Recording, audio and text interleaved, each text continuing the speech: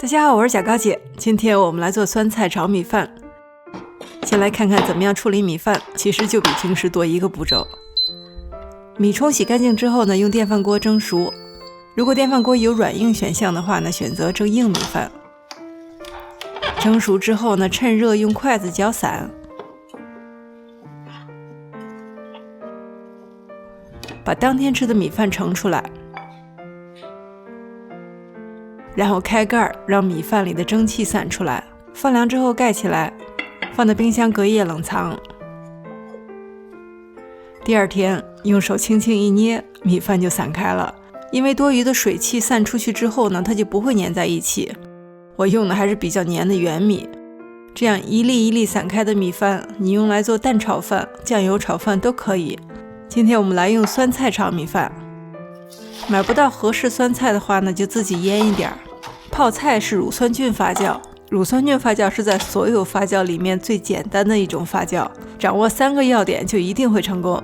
第一，水里加盐，盐的用量是水的 2.5% 到3%左右。第二，菜叶一定要全部没入水中。第三，20到30摄氏度的发酵温度，10天半个月之后泡菜变酸就可以吃了。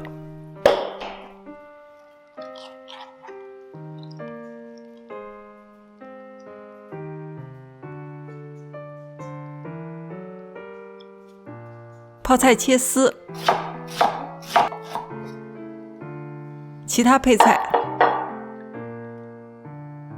再准备一些孜然粉。先炒2个鸡蛋，当然你有肉丝炒饭也完全可以啊。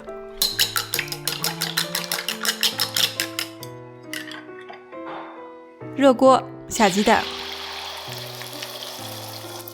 快要成型的时候呢，迅速用筷子搅散。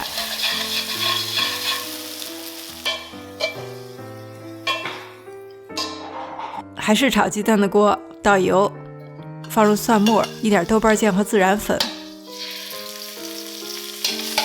轻轻煸炒之后呢，放入酸菜。酸菜是从泡菜汤里捞出来的，水汽比较大。把表面炒干之后呢，再放入青红椒和洋葱。翻炒之后呢，放入米饭。你看这个米饭已经是一粒一粒散开的，非常容易炒，几下子就炒匀了。放入鸡蛋。出锅之前点一点老抽上色，不需要再放盐了。酸菜炒米是一道有西北特色酸辣口味的炒米饭。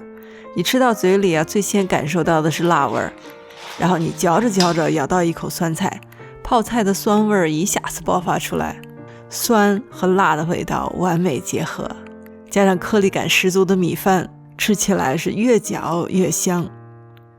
谢谢大家收看，我是小高姐，我们下期再见。